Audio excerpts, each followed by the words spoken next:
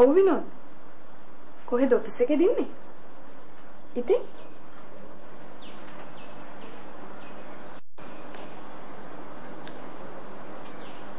අයියෝ එහෙම අහන්නේ?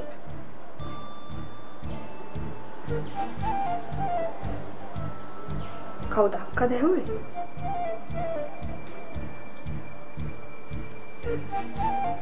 විනෝද මං වාට තව ටීකින් කෝල් එකක් ගන්නද?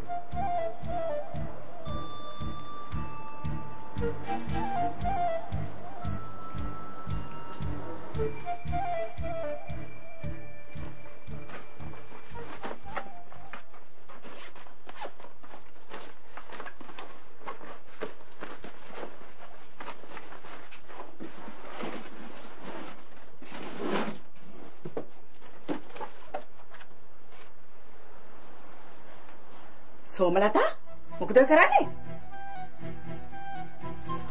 මොකද මේ මගේ ඇඳුම උස්සන්නේ? ඇත්ත කියනවා මගේ සල්ලි ගන්න හැදුවනේ? නෑ මම බැලුවේ මගේ ෆෝන් එක තියනවාද කියලා. ෆෝන් එක කොයිද ඕකේ? ඒක තිබ්බ දැනක ඇති. තමුසේ මගේ සල්ලි ටික හොරකම් කරන්න නේද හැදුවේ? හා? අප්පෝ මට එක එක හොරුන්ගේ සල්ලි ඕනේ නෑ. හොරු? හොරු කවුද? හොරු කවුද? හොරු තමුසේ මගේ ෆෝන් එක ගත්තනේ.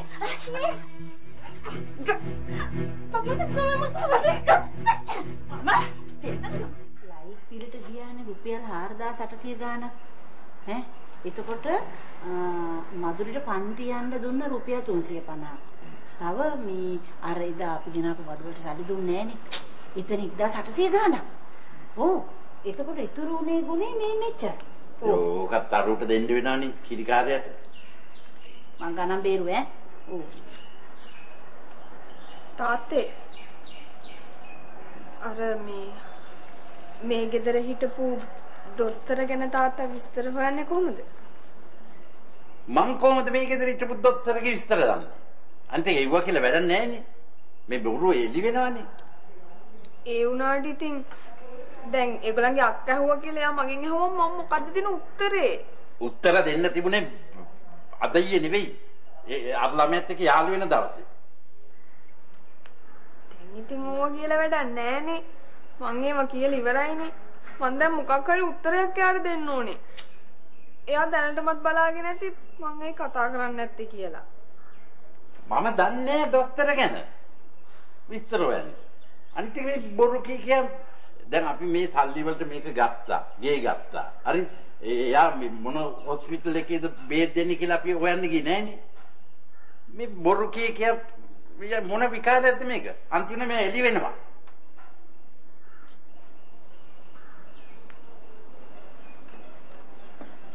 අම්මේ මං දැන් මොකද කරන්නේ? මම මොකද්ද යාට කියන්නේ? ගුනේ මේ අර මේ අපිට මේ ගේ හොයා දුන්නු බෝකරුන්නේ හේගාව ඇතිනේ මේ ඒ දොස්තරගේ ටෙලිෆෝන් නම්බරේ. ඇති ඉතින් මොකද්ද කියන්නේ? මේ පොඩ්ඩක් කතා කරලා බලන්නකෝ ගුනේ. මාලා ඔයාට පිස්සුද මාලා? ඈ මේ බොරු විකාර කීක කාවද මේ රවට්ටන්න හදන්නේ? එහෙම නෙවෙයි ගුනේ දැන් මේ දරුවා අර ළමයාට මොකක් හරි උත්තරයක් දෙන්න ඕනේ. ඉතින් දී ගන්න කියනවා මං ඔයාට ඇඟිලි ගන්නෑ. එහෙනම් ඉතින් මේ මට ටෙලිෆෝන් නම්බරේ දෙන්නකෝ. මමවත් කතා කරන්න. අර මගේ ඩයරි පොතේ ඇති කරුණාදාස කියලා නමක්. හරි? ඕන එකක් කතා කරන්න.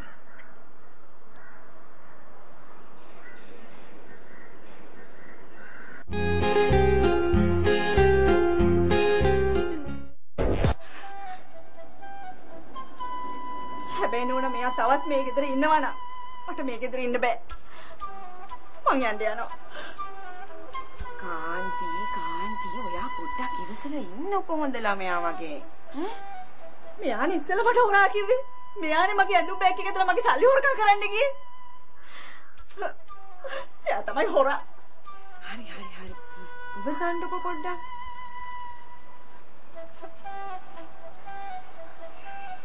මගේ ෆෝන් එක වෙන කවුරුත් ගත්තේ නැහැ නෝන.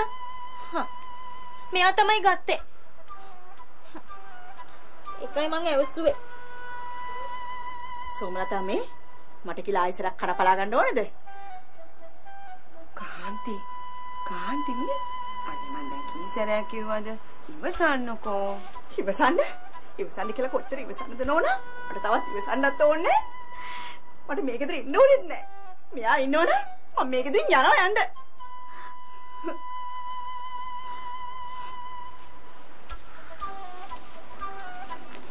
දැන් මොකද්ද සෝමලතා කරන්න හිතාගෙන ඉන්නේ? මට බෑ මෙයාත් එක්ක මෙහි ඉන්න. මං යන්න වෙන කොහෙට හරි. ආයිතෝ වසුන්දරා නෝන්ලා ගෙදරට යන්නද? නෑ. එහෙනම් මං එහෙ යන්නේ නෑ. හැබැයි නෝනා මම මෙන් ගියාට පස්සේ එහෙ ඉන්න කෙනා මෙහාට ගෙන්න ගන්න ආපහු.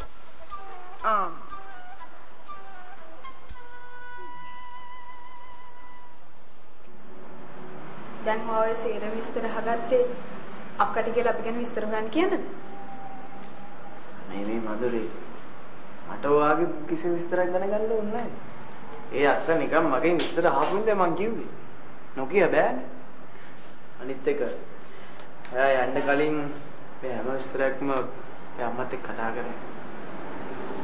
ඒ කියන්නේ අද හෙටම ඔයගලන්ගේ අම්මලා අපි ගැන දැනගන්නවා කියන එකද? ඔව්. ඒ විතරක් නෙවෙයි මధుරේ. ළඟදීම දවසක අපිට අපේ වෙඩින් එකක් ගන්න පුළුවන් වෙයි. ඒ වුණාට විනෝද මට නිකමට වගේ හිතෙනවා ඔයගලන් ගෙදරින් මට අකමැති වෙලා ඔයාට අර ප්‍රොපෝස් කරලා තියෙන ගෑනු ළමයාව බඳින්න වෙයි කියලා. ඇයි එහෙම කියන්නේ? නෑ මට නිකන් හිතෙනවා. නිකන් හිතන්න විදියක් නෑ. ඒකට මොකක් හරි හේතුවක් තියෙන්නේ. නෑ. ඒ ළමයා ඔයගලන්ගේ ළඟම යාළු පවුලකලුනේ නේද? ඉතින් ඔයගලන්ගේ අම්මලා බලකලොත් ඔයාට ඔයා මොකද කරන්නේ? නෑ මන්ත්‍රී. අම්මගේ තීරණය වෙනස් කරන්නේ. අනිත් එක මං හිතන්නේත් නෑ එහෙම දෙයක් වෙයි කියලා.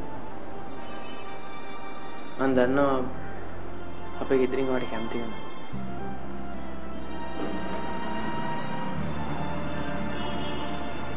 එහෙම වෙන ප්‍රශ්නයක් ආවත් ඔයා මාව අතාරින්නේ නැහැ නේද විනෝද? ඔය ඒ ප්‍රශ්නේම ආපහු අහන්න. එහෙම වෙන්නේ නෑ ළමයි. එහෙම ප්‍රශ්නයක් වෙනවා කියලා මට තේරෙනවා නම් මං කවදාවත් ඔයත් එක්ක යාළු වෙන්නේ නෑ. අනිත් එක ඇයි ඔය ඔච්චර අපේ ගෙදර කට්ටියට බය? අනිත් එක මధుරි අපේ අම්මා තාත්තට එහෙම නරක ගතිගුණ නෑ.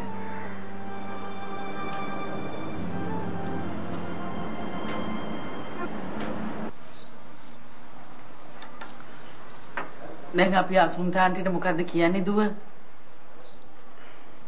අම්මා දැන් පුවත්ම කියන්න එපා. ටිකක් බලමු. අපිත් හොයලා බලන්නම්කෝ. ඒ වුණාට අසුන්තාන්ටි මේ ගැන ලොකු බලාපොරොත්තු තියාගෙන ඉන්නේ. ඔය කියන විදියට ඔය ළමයාත් හොඳ පවුලකනේ අම්මේ. අනිත් එක ඉතින් මල්ලිට ගැලපෙන්නේ නැත්තම් මල්ලි යාළු වෙන්නේ නෑනේ. අපි මේක බලලාම තීරණයක් ගමු අම්මේ. ඒ වුණාට අසුන්තා දිගින් දිගටම අහන්න ගියොත් අපි මොකද කියන්නේ දුව? අපි කියමු තාම උත්තරයක් දුන්නේ නෑ කියලා. එහෙම කියලා පව් කරමු. මොකද බන්දලා දෙන්න හදිසියක් නෑනේ. හරි. ඔය ළමයා අපිට හොඳට ගැලපෙනවා කියලා කියමු. එතකොට අපි අසුන්තාට මොකද්ද කියන්නේ? එතකොට ඉතින් මල්ලි වෙන ගල් කෙනෙක් එක්ක යාළු වෙලා ඉන්නවා. ඒක නවත්තන්න බෑ කියනවා කියමු. එච්චරනේ. ඔය සේරම දේවල් අපිට කියන්න පුළුවන් දුව. ඒ වුණාට මේ මිනිස්සු අපෙත් එක්ක තරහ වුණොත් එහෙම තරහ වෙන්න දෙයක් නැහැ නේ අම්මේ. මොකද අපි ඇග්‍රීමන්ට් සයින් කරලා බලාපොරොත්තු නොදී ඉන්නකෝ. මට නම් හිතෙන්නේ මල්ලිට ඔය ළමයා හරියයි කියලා.